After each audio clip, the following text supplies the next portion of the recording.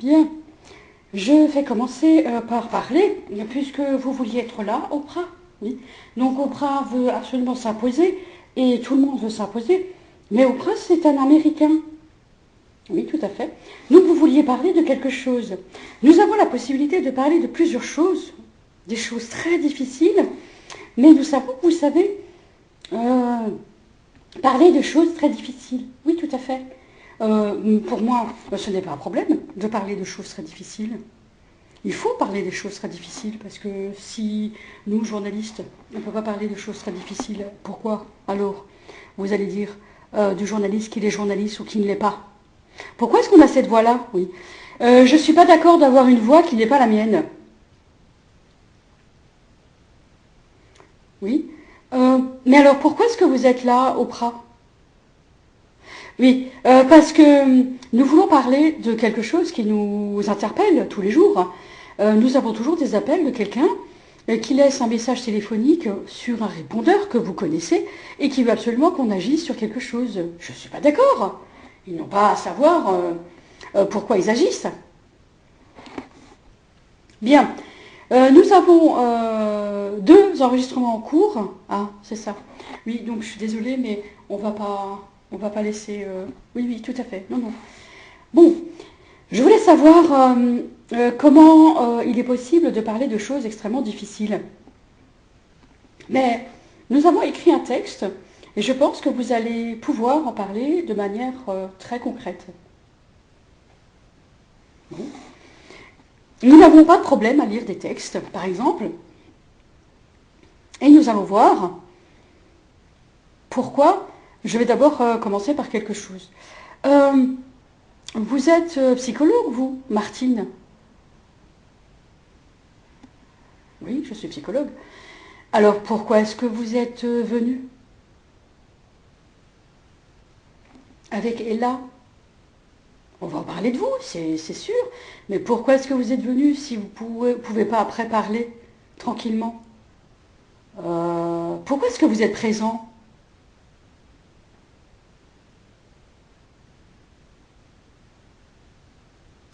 Parce que j'ai toujours fait comme ça. Non, je ne suis pas d'accord.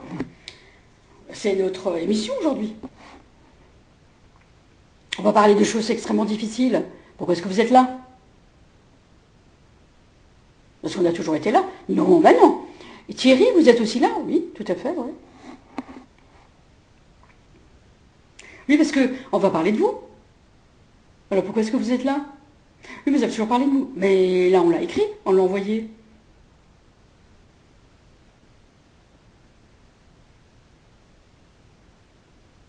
Oui. Donc pourquoi est-ce que vous n'allez pas faire ce que vous faites quand c'est comme ça? Vous ne le voyez pas? Vous qui dites à tout le monde que vous voyez?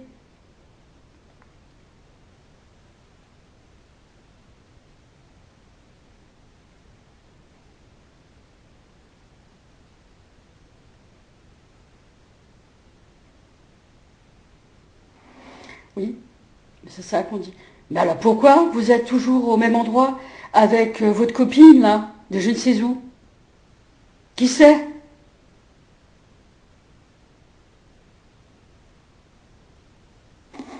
Oui, c'est notre façon de travailler. Bon, nous on a fait du thé, on a des biscuits. On va prendre le temps d'en parler. Vous pouvez partir, on n'a pas besoin de vous.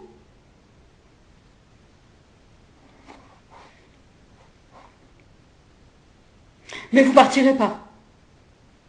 Non. Et là, oui. Oui, il est là parce que elle est toujours là, et là. Bon. Alors il va falloir vous habituer à quelque chose, oui. À entendre des choses extrêmement graves.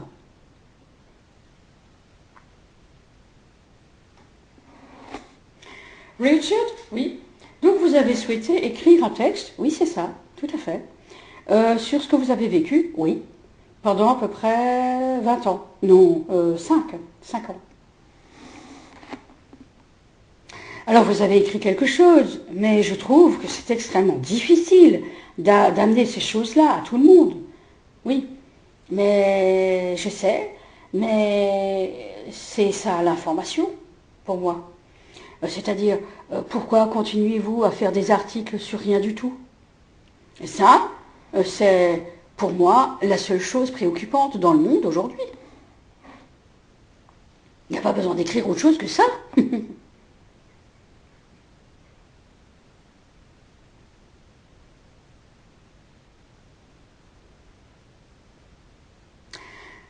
Mais pourquoi est-ce que vous êtes ici, alors Martine? Mais parce que moi, je ne veux pas parler à Martine, je ne veux pas lui adresser la parole, c'est hors de question, cet homme est malade.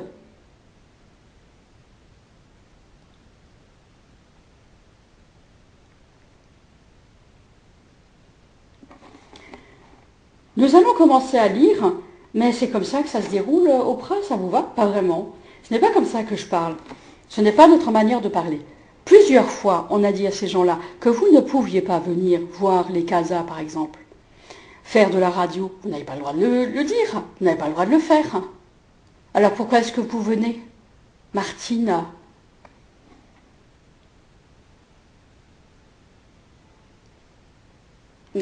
On a déjà payé notre dû pour être dans la radio. Bon, alors,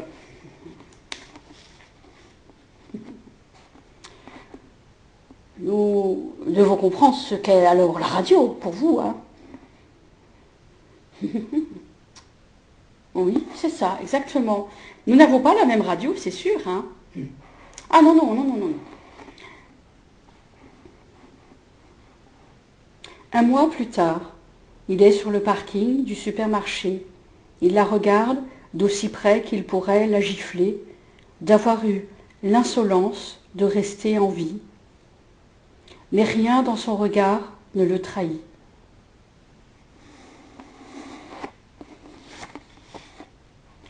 Ce jour-là, il entre dans la salle d'attente, leurs regards se croisent. Il ne dit rien d'abord. Il s'assoit et ne montre aucune gêne à la regarder. Il a tout le loisir de la jauger de la tête aux pieds, comme pour faire une identification, assis sur cette chaise pas confortable du tout. En tant que secrétaire de mairie, il sait déjà ce qu'il écrira en rentrant dans son appartement près du salon de coiffure. C'est si long d'attendre quand le troisième couteau ne se gaspille pas à vouloir sauver les apparences. Elle regarde ses chaussures depuis déjà 2 minutes, 3 minutes, et s'arrache à la contemplation de son dossier et des visages et ses chaussures depuis 2 minutes. Il s'arrache à la contemplation de son dossier et la dévisage indécis. C'est notre façon de dire que nous avons un problème avec Martine Doularde, qui ne veut pas parler.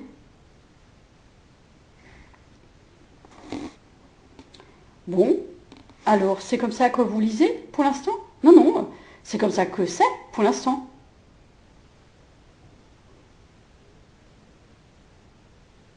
Donc il s'imagine être à côté du portable, tout à fait. Parce que vous avez appuyé sur le record, c'est ça. Ah, eh bien, c'est intéressant.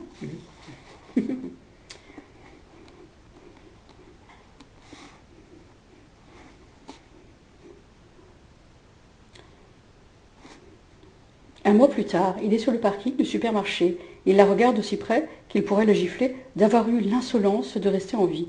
Mais rien dans son regard ne le trahit. Au bout de tout ça, une Turque, une Turque. Mais donc la Turque revient, oui tout à fait. Donc nous allons poursuivre. Damien attend pourtant. Elle sent qu'il la regarde et elle se décide à lever les yeux. Damien attend pourtant dans la voiture. Mais rien n'y fait. Elle a la trouille au ventre, ou plutôt, elle se sent tout engourdie. 3 minutes plus tard, on pourrait penser qu'il attendait qu'elle fît le premier pas et il pourrait presque être consterné de l'attitude de sa proie, de n'avoir pas eu envie de lui parler d'abord. Le numéro 205 est appelé. Un homme mal fagoté se lève et se dirige vers le bureau 205. Encore ce qui semble 2 heures, mais seulement 2 minutes. Il a l'air de se redresser un peu, mais non. Mais brusquement, il se lève et vient la voir. Pourquoi tu ne dis rien? Je n'ai rien à dire. Mais tu as envie de me dire quelque chose? Non, pas du tout. Bon alors ça va. Mais je n'ai pas à dire quoi que ce soit. Je te laisse. Il retourne s'asseoir, soulagé d'avoir fait ce qu'il fallait, selon on ne sait quel référentiel. Encore des dizaines de minutes à attendre. Est-ce qu'ils se demandent pourquoi ils n'ont pas su faire leur travail de chasse à l'homme, une faiblesse dans leur manœuvre que lui croyait infaillible? Est-ce qu'ils se mettraient à passer en revue les 5 autres articles périmés, comme il a appris à les considérer? Il n'est que le 3e couteau. Mais on dirait que non. Elle le surprend à signifier par un langage corporel pathétique et factice qu'il continue à lui parler. Pourquoi c'est lu aussi comme ça? C'est parce qu'ils lisent pas si bien le français que ça. Ils sont turcs.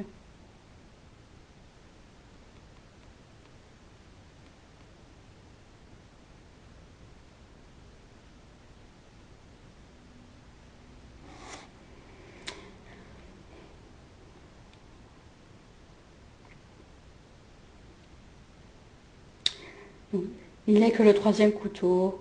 Mais non, on dirait que non. Elle le surprend, signifié par un langage corporel, pseudo-navré, sa manière de tourner brusquement la tête d'un côté puis de l'autre, tout en exprimant qu'il continue à lui parler. Elle le surprend à signifier par un langage corporel, pathétique et factice, qu'il continue à lui parler. Oui, donc vous avez des difficultés à lire? Oui, puisqu'ils sont concentrés sur le portable. Ah, c'est ça. Et donc, ils ne sont pas disponibles pour la lecture? Non.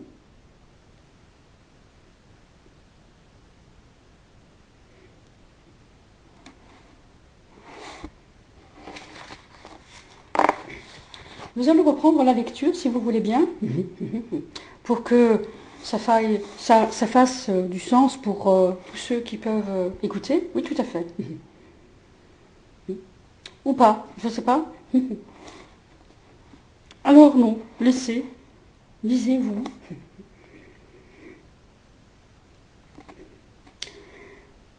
Reprenons. Il retourne s'asseoir, soulagé d'avoir fait ce qu'il fallait, selon on ne sait quel référentiel.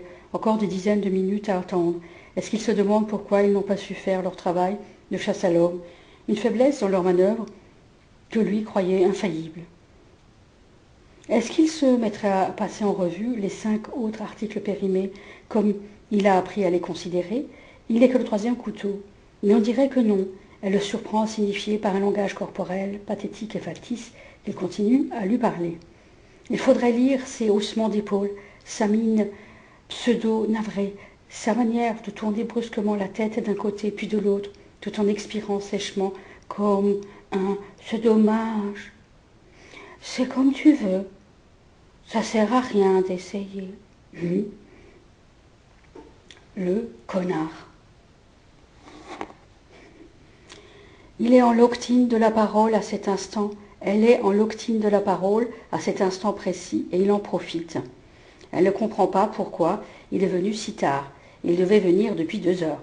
Elle aimerait ne pas le regarder, mais c'est important. Il n'arrête pas de vouloir lui dire ce qu'il a à lui dire avant de quitter la salle d'attente. Il n'arrête pas de secouer la tête pour dire « Ah non, ah non, non, non, non, non, non, non. » Hier, elle note « Vendredi, engourdissement, type trouille au ventre, 14h36. »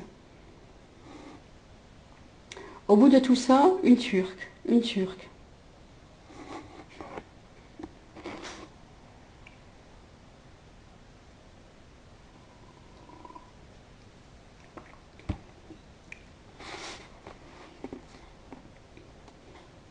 Bien, nous avons lu le texte, malgré tout, hein, il a été lu, mais je ne suis pas d'accord de lire le texte de cette façon-là. Nous allons être très précis quand on va lire le texte. Nous allons être très très précis. C'est comme ça que nous faisons. Nous attendons que le texte soit lu. Ah. Ah. Tiens. PhD psychologist Martin Doolard. Oh.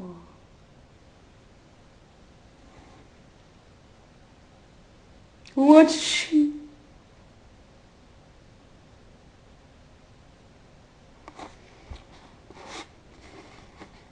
Oui.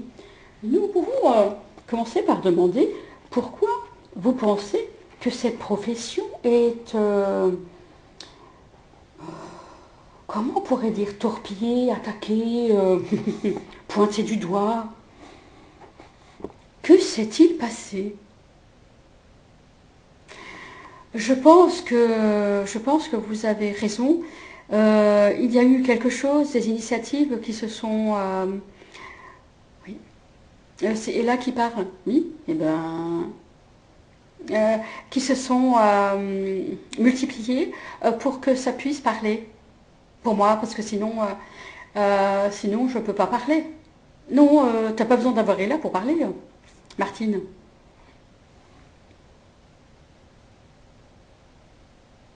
Oui, puisque on a organisé des choses et puis ça n'a pas plu peut-être. Nous reprenons. Un mois plus tard, il est sur le parking. Un instant. Un mois plus tard, il est sur le parking du supermarché. Il la regarde aussi près qu'il pourrait la gifler d'avoir eu l'insolence de rester en vie. Mais rien dans son regard ne le trahit.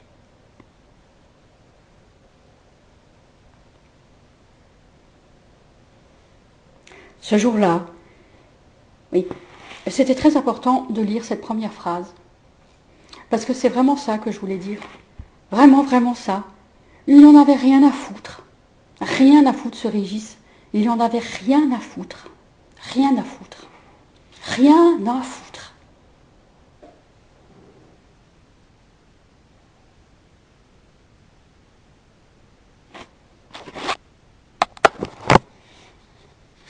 Tournons la page.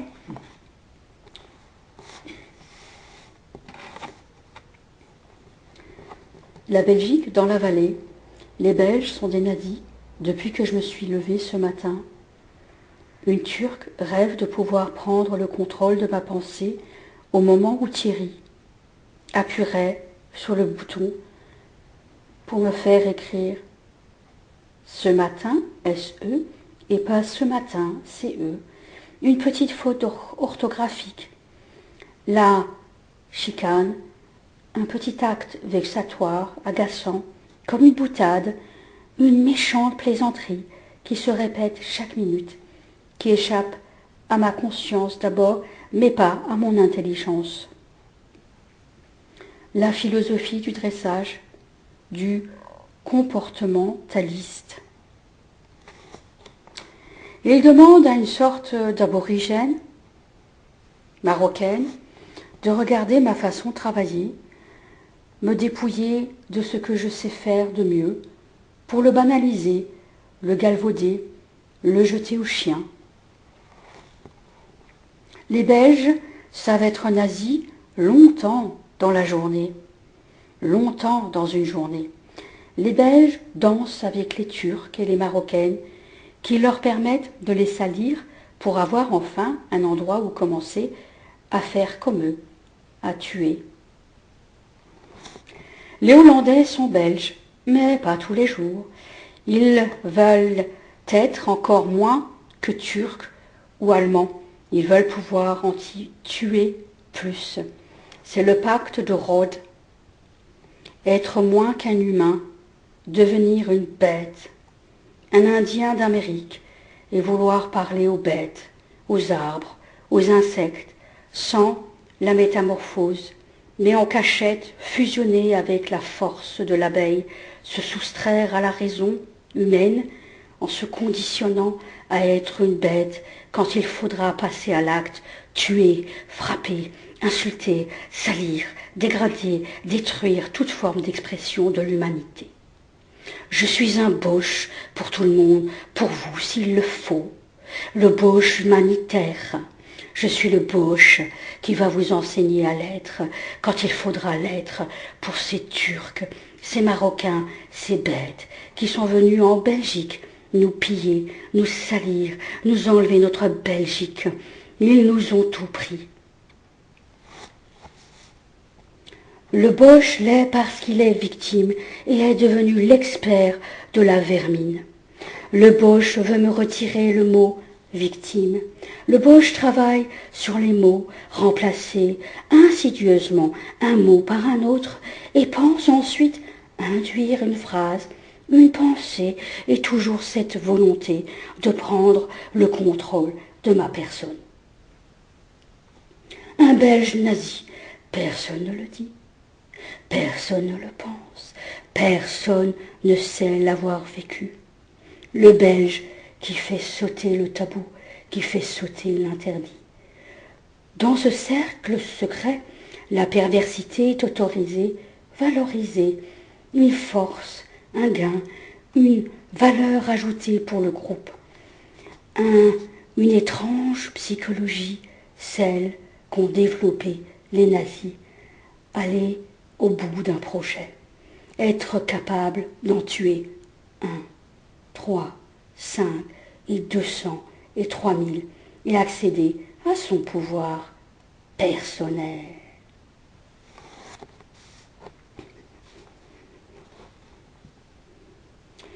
La Belgique se tait quand ils entendent qu'un Belge est nazi.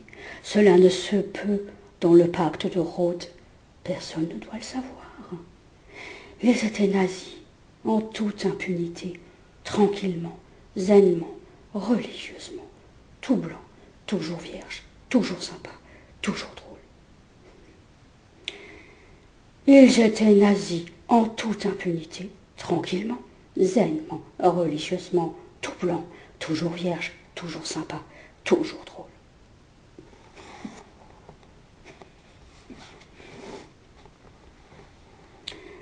Ils étaient dans leur coin. Qui s'en préoccupait? Qui oserait le penser? Il faut vouloir être fou, délirant, offensant, que de dire qu'un Belge est nazi. On franchirait alors métaphoriquement la même frontière que celle qu'ils franchissent toutes les minutes, pour éradiquer leurs indésirables. C'est ce qu'ils penseraient. Mais quelle idée! Le Bosch belge penserait en miroir et retournerait chaque pensée, chaque acte, et me le renverrait salement, méchamment, mais par un Turc, une Marocaine ou un Hollandais. Dépasser le mur du son, la barrière de corail de l'establishment, de cette chose qu'ils appellent pompeusement le paradigme. Le Bosch belge est bienveillant dans les sciences sociales, un fin observateur incitant un individu à laisser libre cours à ses pulsions, ses instincts refoulés, pour le regarder avec l'amour de Jésus. Le Bosch belge a étudié le regard d'une mère, maternant, infantilisant. Il demande à ce Marocain de décrire tout ce qui fait une femme, une mère, au Maghreb. Le terrorisme social est né. Non, c'est vieux comme Hérode. Le terrorisme social est né. Non, c'est vieux comme Hérode. Tiens, il analyse mes mails, mon orthographe, ma syntaxe, et il pense établir quoi? Des dommages neurologiques, des failles, des faiblesses dont il pourrait s'emparer?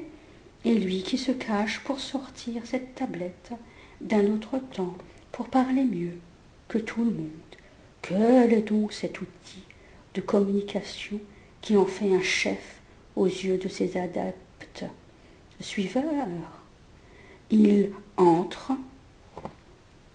son intention Et il fait un déroulé. Et moi qui écris en humain, peine perdue, puisqu'il a le super Goliath de l'éloquence pour les nazis. L'endoctrinement. Il me dirait sans sourciller, c'est son mot qu'il voulait que j'écrive. Il faut l'écrire, sinon cela fait pression homéostatique, mais c'est de la désinformation. Dans ce mot, ce qui m'intéresse, parce qu'il indique ce qu'il fait tous les jours en acte, la désinformation, disent-ils, emprunte les mêmes canaux que l'information. J'appelle cela noémiser, faire le Goldorak sur notre créativité, le meilleur de nous-mêmes. Et ce Marocain des infâmes jardins secrets d'Hassan II rebondit tout de suite et dit « Ah, ça c'est vrai, ça c'est vrai, ça c'est vrai, ça c'est vrai. » Et il tue en le faisant. Il est le meilleur nazi quand il le fait, alors que je n'ai pas fini d'écrire, de réfléchir, parce qu'il est jaloux. Il se sent insécure. J'ai trouvé une façon de m'exprimer qui fragiliserait le groupe. J'arrive à me faire comprendre. Quelle horreur pour ce nazi. Mais enfin, Richard, tu n'as pas le droit de t'exprimer ainsi. Tu devrais arrêter de vouloir me voir ici. Pourquoi ne leur dis-tu pas ce que tu sais dire au mieux de ton savoir chez toi, vraiment chez toi? Non, je dois parler. Tu l'as fait avec moi, ce que je te dis, comme pour l'écrire un peu avant de l'écrire en scientifique. Il faut préciser que ce texte a été écrit d'une traite, tout simplement. Nous n'avons pas fait de relecture, mais bon.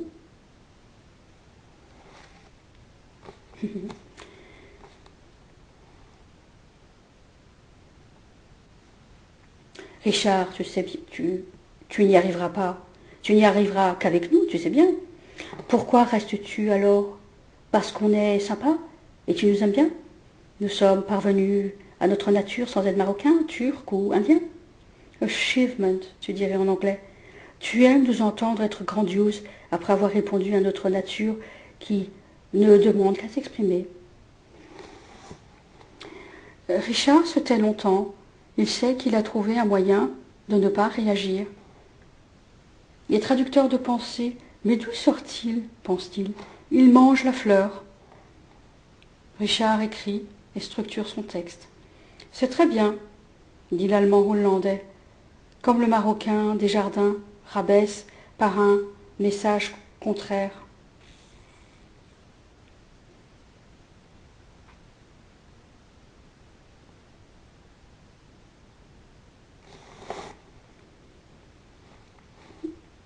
Les nazis s'aiment en s'insultant, en voulant devenir des bêtes et purger leur instinct, et ils restent tout blancs, toujours vierges, toujours sympas, toujours drôles. Transcription. Casse-toi, salopard. Casse-toi, salopard.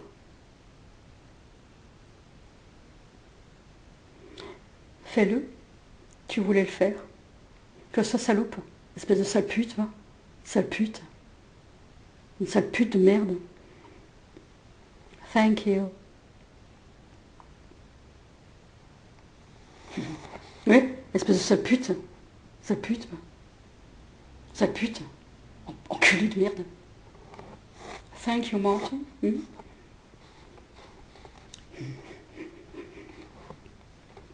Transcription. Casse-toi, salopard. Le traducteur. Il faut que je te parle. Enculé de merde, pourquoi tu m'as appelé? Le traducteur.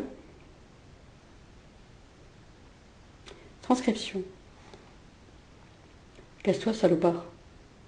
Le traducteur. Il faut que je te parle. Enculé de merde, pourquoi tu m'as appelé?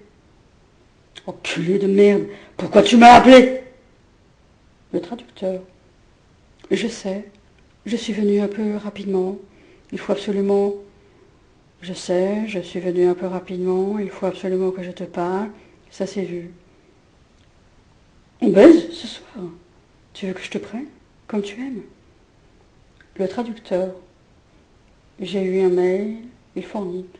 Il se parle.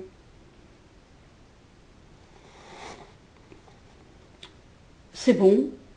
Donc quand? Le traducteur. Il attend le document.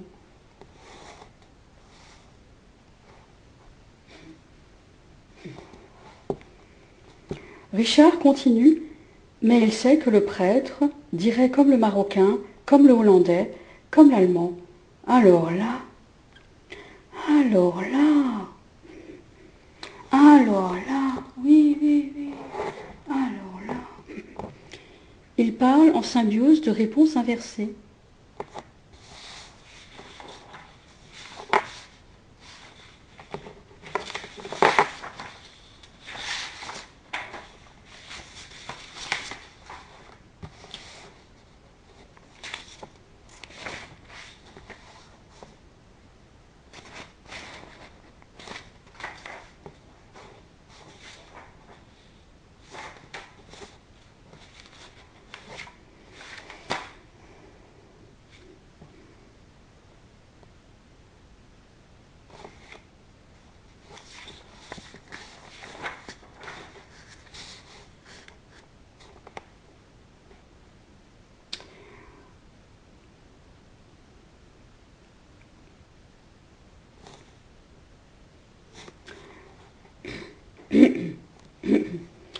Il faut reprendre la lecture, hein, transcription.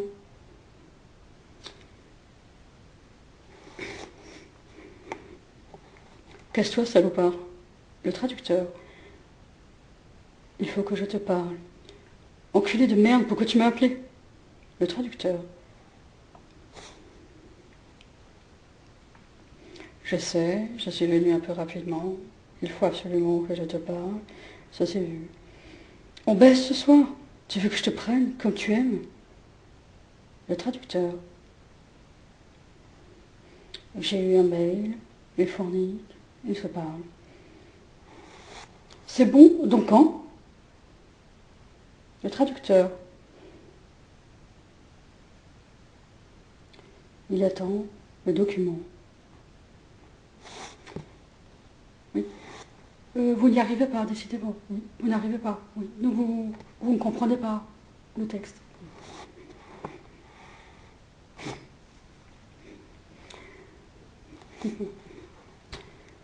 Le Hollandais est dans la joie. Le traducteur. Il aime qu'on le déteste, qu'on le critique. Il est en paix avec lui-même. Ces gens-là méritaient décidément qu'on les aide à aller dans un monde meilleur. Morts. Qui peut dire qu'ils sont morts? Le Hollandais est serein, bienveillant, prêtre. Le traducteur. Il attend que tous le critiquent mieux. Sa femme, elle veut plus, plus. Attend. Est-ce qu'elle doit les aider à mieux le critiquer? Est-ce qu'elle y va? Confère, le cas est là. Transcription, les journées d'Ella. Revoir, fiche, syndrome d'Icare. Ella veut être une sainte.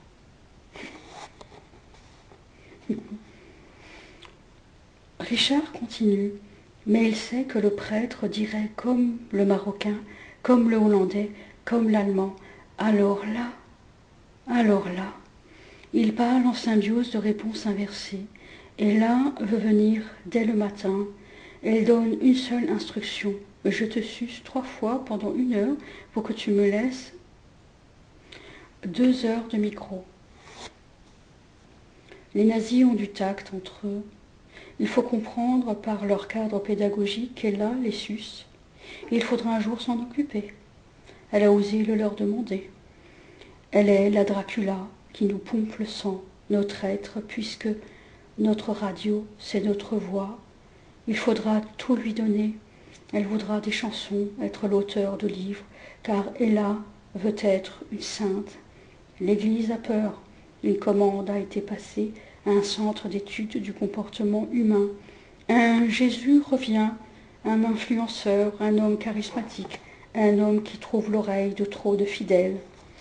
Il faut arrêter son avènement. Personne ne peut surpasser l'Église et son emprise. Il y a toujours une pute, comme elle a, pour jeter de l'ombre à un Jésus. C'est salissant, une pute. Elle est à côté de vous. Ils vous l'ont envoyé. Un vieux procédé retracé dans le Gilgamesh. Dans la vallée, une pute est rattachée à un gendarme. Une difficulté se présente. Comment voir est là, selon sa nature, une pute. Richard voit devant lui des terres inexplorées. Qui verrait la Belgique comme une nation de nazis?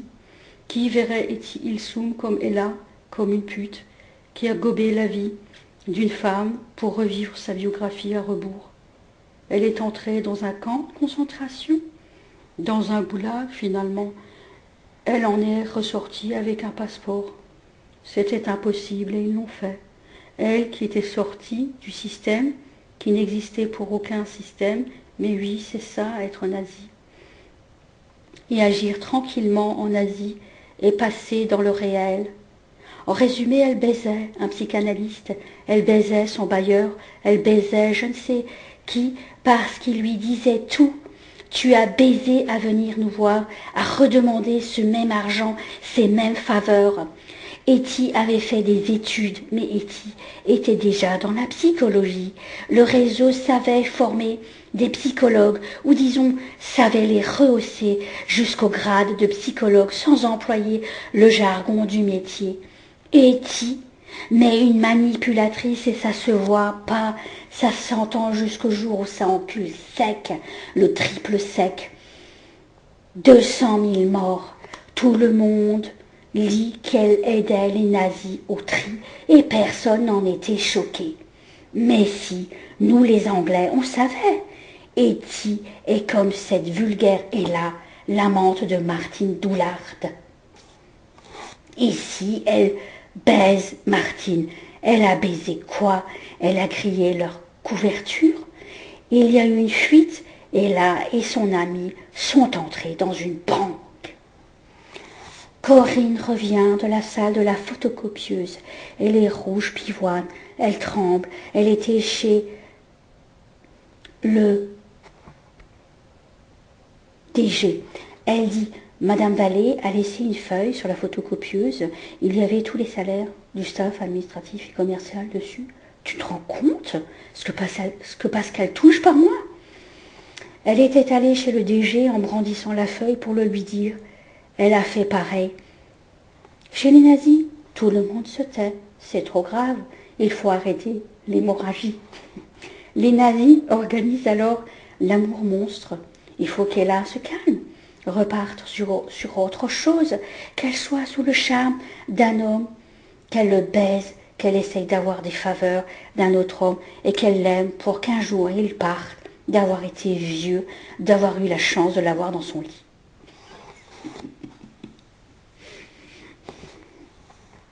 Etty manipule, balance, tue, mais en toute impunité, tranquillement, zainement, religieusement, et reste immaculée, toujours vierge, toujours sympa, toujours héroïque, toujours drôle, toujours belle. La mère d'Etty était russe. Elle était dans un réseau russe. Elle n'avait pas d'autre destinée que d'être née dans le fameux réseau russe Keb.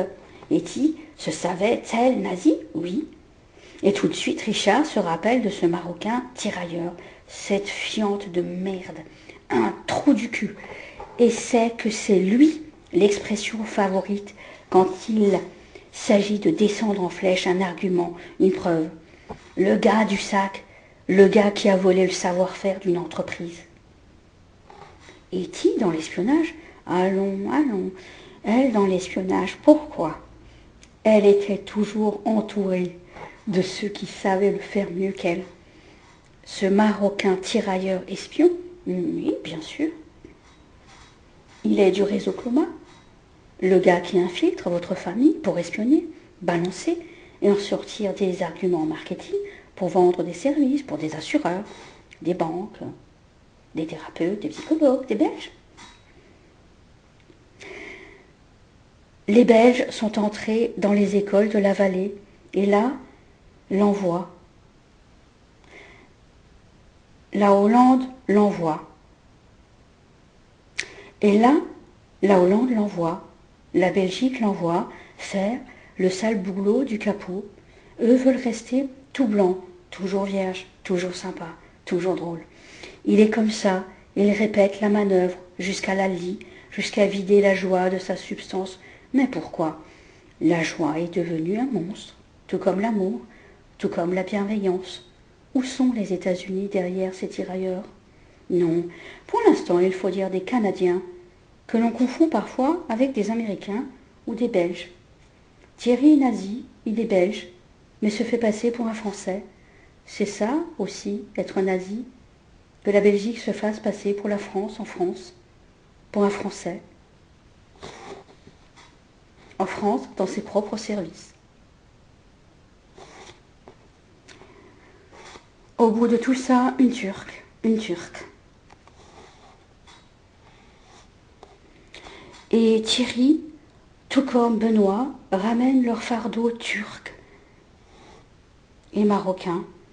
Et ils ont tout travaillé, leur voix, leur regard, leurs gestes, cruellement maternants, bienveillants. Je les ai en face de moi tous les jours, mais quand je rentre chez moi, je sais que je suis en colère, je suis dans le dégoût de quelque chose que je sais, mais qu'il faut toujours me rappeler.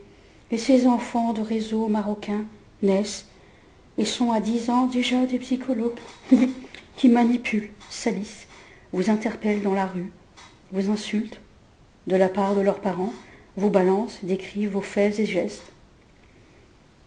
Quelle horreur de voir une enfant de 20 mois vouloir déjà être l'enfant tout mignon, par une sorte de séduction. Regarde, je suis l'enfant qui te fait craquer. Mais si ça existe, mais je les vois dans les rues, agents contaminants.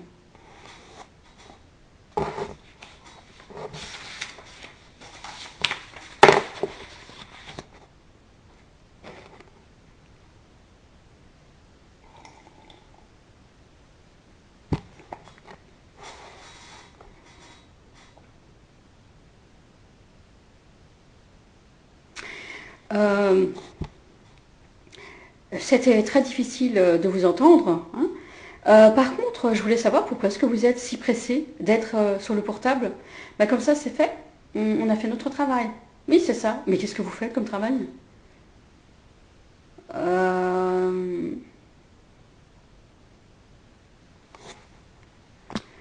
Fin de la 6e partie.